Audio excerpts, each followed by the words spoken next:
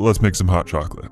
Now this is going to be the first video in a new series that I'm starting on this channel, where in each video I'll make two versions of a recipe. One that's designed to be quick and easy while sacrificing as little flavor as possible, followed by one slightly more advanced version for anyone that doesn't mind putting in a bit of extra effort for an even better result. Because I think a lot of people assume that in order to be a great cook, you need to use all of these advanced techniques and fancy ingredients, so I want to show that you can still make great food with pretty minimal effort. So as I've already mentioned, we're going to start this series off with hot chocolate, and this first recipe here is just going to be a basic homemade hot chocolate, essentially meant to replace your typical powdered mix. And I really think that more people should be making their own hot chocolate. It's actually super quick and not that much harder to make than instant hot chocolate, but it's so much richer and more flavorful.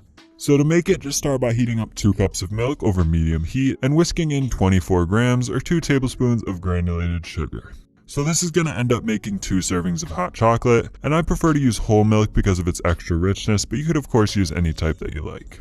So just let that mixture come up to a light simmer, which should take about 5 minutes, and be sure to stir occasionally so the milk doesn't burn. Then once it's nice and hot, you'll want to whisk in 90 grams of semi-sweet chocolate. For the chocolate chips that I have here, 90 grams is about 3/8 of a cup, but that'll depend on the specific type of chocolate that you're using. You could also use a dark chocolate here if you prefer, but you would just want to add a bit more sugar in that case to bring it up to the same sweetness level. Either way, just whisk in the chocolate until it's completely dissolved, which should only take about 30 seconds to a minute.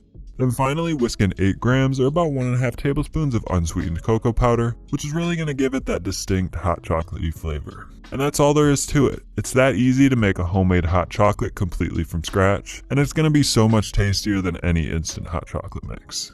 But for those of you that want to take your hot chocolate to the next level, we're also going to make a Mexican hot chocolate, which is great if you make it the way that I'm about to describe, but this recipe can also serve as a general template for a more spiced up basic hot chocolate, so if you don't like the spices that I'm using, you can switch them out for whatever spices you do like. Now the process is largely the same as the basic hot chocolate, so we'll again start by heating up 2 cups of milk over medium heat, but this time we'll add 42 grams of dark brown sugar to add a bit of extra depth of flavor. Then at this point, we're going to add our spices, and for this recipe, that'll be cinnamon, cloves, nutmeg, and cayenne pepper. So I'm going to use my mortar and pestle to crush up 6 whole cloves, along with 1.5 whole cinnamon sticks, just to release a bit more surface area before adding them to the milk. They're going to get strained out at the end, so don't worry about crushing them down super finely. Then I'll add about 1/4 nut of freshly grated nutmeg, which would be about 1/4 teaspoon if you're using pre-ground nutmeg, along with 1/8 teaspoon of cayenne pepper. But as I said, you can customize this however you like, so for example, it would also be great with about 1/8 teaspoon of allspice in place of the nutmeg, or you could leave out the cayenne if you don't like the combination of chocolate and chili pepper, and so on. Now I'm also just going to add a small amount of vanilla here, and again I'd recommend using fresh ingredients whenever possible. So in this case, I'm scraping out the vanilla from about 1/2 of a vanilla bean, and adding that into the pot as well. But you could also just use 1/2 teaspoon of vanilla extract instead if that's all you have. Then just thoroughly whisk those all in, and again let that mixture come up to a simmer.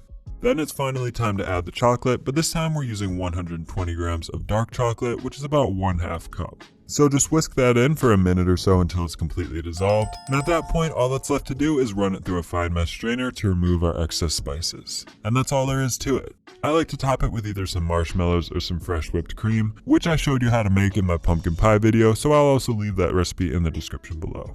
Then just top it with some more grated chocolate, cinnamon, or nutmeg, and enjoy.